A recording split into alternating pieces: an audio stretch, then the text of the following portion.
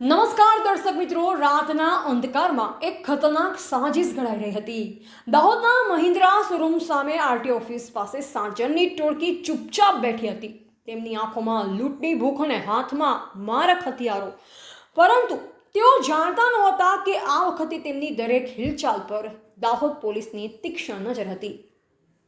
આજે DTV news લાવ્યું છે કેવી ખબર જે તમને રોમાંચિત કરી દેશે. રાતના અંધકારમાં ધાડની સાજિશ. દાહોદમાં આંતરરાજ્ય પારધી ગેંગનો ખતરનાક પ્લાન પોલીસે નિષ્ફળ બનાવ્યો.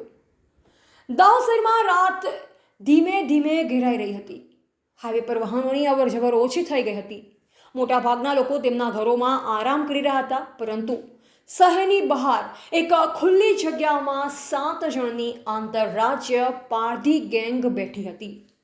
આ ગેંગ મધ્યપ્રદેશથી દાહોદ સુધી પહોંચી હતી. વર્ષોથી ગુજરાત, મધ્યપ્રદેશ, રાજસ્થાન અને ઉત્તર પ્રદેશમાં લૂંટ, ધાડ અને ઘરફોડ ચોરીના ગંભીર ગુનાઓ કરતી આ કુખ્યાત ગેંગ આ વખતે દાહોદમાં મોટી ધારની તૈયારીમાં હતી. આરોપીએ આખી યોજના પહેલેથી જ તૈયાર કરી લીધી હતી. કોણ કયા રસ્તેથી જશે, કઈ જગ્યાએ ધાડ પાડીને સામનો થાય તો કેવી રીતે ભાગવું, બધું નક્કી હતું. પરંતુ તેઓ એક વાત ભૂલી ગયા. પોલીસ જાગતી હતી. એલસીબી પોલીસ ઇન્સ્પેક્ટર ડીએમ ઢોલને ગુપ્ત બાતમી મળી હતી. માહિતી ગંભીર હતી. બાતમી મળતાની સાથે જ એલસીબી પીઆઈ, પીએસઆઈ અને પોલીસની અલગ અલગ ટીમો તુરંત એક્શન મોડમાં આવી ગઈ. રાતના અંધારામાં પોલીસ આખા વિસ્તારને ચારે બાજુથી ઘેરી લીધો. ટોર્ચના અજવાળે ધીમે ધીમે આગળ વધતી પોલીસ ટીમ આરોપીઓ સુધી પહોંચી ગઈ. એક સંકેત મળતા જ પોલીસે આરોપીઓ પર તૂટી પડી. આરોપીઓ ગભરાઈ ગયા, ભાગવાનો પ્રયાસ પણ કર્યો, પરંતુ પોલીસનો ઘેરાવો એટલો મજબૂત હતો કે કોઈ છટકી શક્યું નહીં. 7 આરોપીઓને સ્થળ પરથી ઝડપી લેવામાં આવ્યા.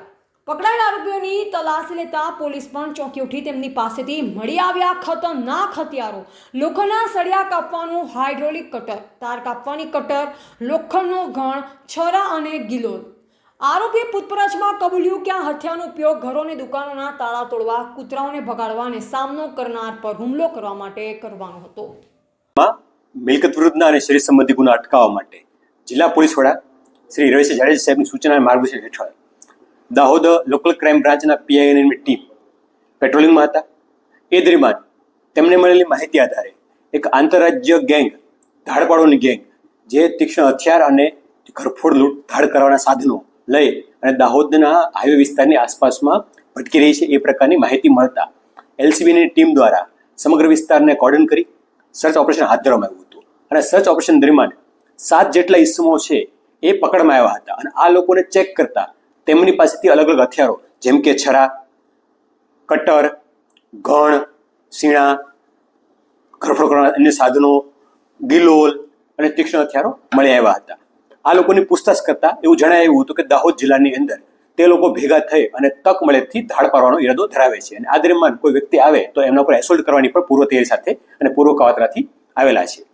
આ લોકોની પ્રાથમિક તપાસમાં એવું જણાવ્યું છે કે આ જે 7 ઇસમો છે એ 7 ઇસમો ખૂબ જ મોટો ગુનો ઇતિહાસ ધરાવે છે. એ 7 ઇસમોના જો ઓફેન્સની ગણતરી કરીએ તો ટોટલ 71 ગુના થાય છે કે જે અલગ અલગ રાજ્ય ગુજરાત, મધ્યપ્રદેશ, રાજસ્થાન, ઉત્તર પ્રદેશ અને પંજાબ રાજ્યમાં ગુનાઓ આચરેલા છે.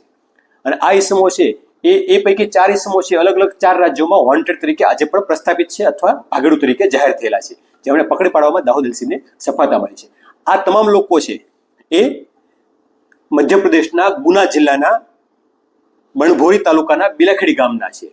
અને એક ઇસમ છે એ એમનો જમાઈ લાગે છે, જે પંજાબનો હોશિયારપુરનો રહેવાસી છે. આમ બંને રાજ્યના ભેગા મળીને આરોપી આ કૃત્ય માટે આવેલા હોવાનું જણાઈ આવે છે. આ ઇસમો દ્વારા પ્રાથમિક તપાસમાં એવું પણ જાણવા મળ્યું છે કે અલગ અલગ જગ્યાએ રેકી પણ કરી હતી અને રેકી દરમિયાન ખૂબ જ મોટી માત્રામાં ધાડ કે લૂંટ કરવાનો ઈરાદો તેઓ ધરાવતા હતા. અને આ ગુનાહિત ટોળકી કે જે ધાડ પર આવી હતી તેમને પકડીને ખૂબ મોટો બનાવ અટકાવવામાં તથા વિવિધ રાજ્યોમાં વોન્ટેડ આરોપીને પકડી પાડવામાં દાહોદ એલસીબીને ખૂબ મોટી સફળતા મળી છે અને ક્રાઇમ અટકાવવામાં એક સફળતા મળી છે. સર, આમની એમો શું છે?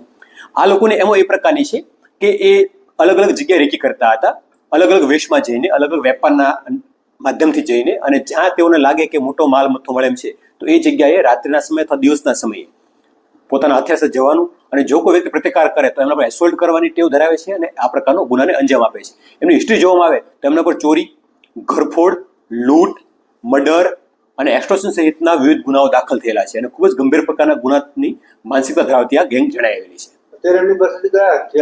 અત્યારે એમની પાસેથી મુદ્દામાલની અંદર લાકડાના અથવા છરા મળી આવ્યા છે 4-5, ગ્લોલ 3 મળી આવી છે, ઘણ દસ્તા 2 નંગ મળી આવ્યા છે, હાઇડ્રોલિક કટર કે જે ગ્રીલ કાપવામાં કે તાળા કાપવા ઉપયોગી થઈ છે એ મળી આવી છે, મોબાઈલ ફોન મળી આવ્યા છે અને મોબાઈલ ફોનનું ટેકનિકલ સર્વેલન્સ કેની તપાસ ચાલુમાં છે. આરોપીનું પ્રોડક્શન કોર્ટમાં કરવામાં આવ્યું હતું, તેમને આવતીકાલ સુધીના રિમાન્ડ પણ મળેલા છે. પોલીસ તપાસમાં ખુલાસો થયો છે કે આ ગેંગના કેટલાક સભ્યો સામે ગુજરાત, મધ્યપ્રદેશ, રાજસ્થાન અને ઉત્તર પ્રદેશમાં 20થી વધુ ગુના નોંધાયેલ છે અને કેસોમાં તેઓ લાંબા સમયથી ફરાર હતા અને તેમની સામે ધરપકડ વોરંટ પણ બાકી હતા.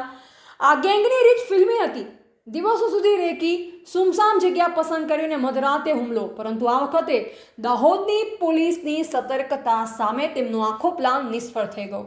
દાહોદ જિલ્લા પોલીસે સમયસર અને સચોટ કાર્યવાહી કરી માત્ર આરોપીઓને ઝડપ્યા નહીં, પરંતુ એક મોટી ધાડ અને ગંભીર અપરાધને બનતા અટકાવી દીધો. રાતના અંધકારમાં ઘડેલી આ સાજીશ આખરે પોલીસના તેજસ્વી એક્શન સામે ફેલ થઈ ગઈ. દાહોદ પોલીસને અભિનંદન. આવી સતર્કતા જ શહેર અને રાજ્ય માટે વરદાન છે. DTV ન્યૂઝ સત્યની તાકાત. જો તમને આ રિપોર્ટ પસંદ આવ્યો હોય તો લાઈક કરો, શેર કરો અને સબસ્ક્રાઇબ કરવાનું ભૂલશો નહીં. ધન્યવાદ.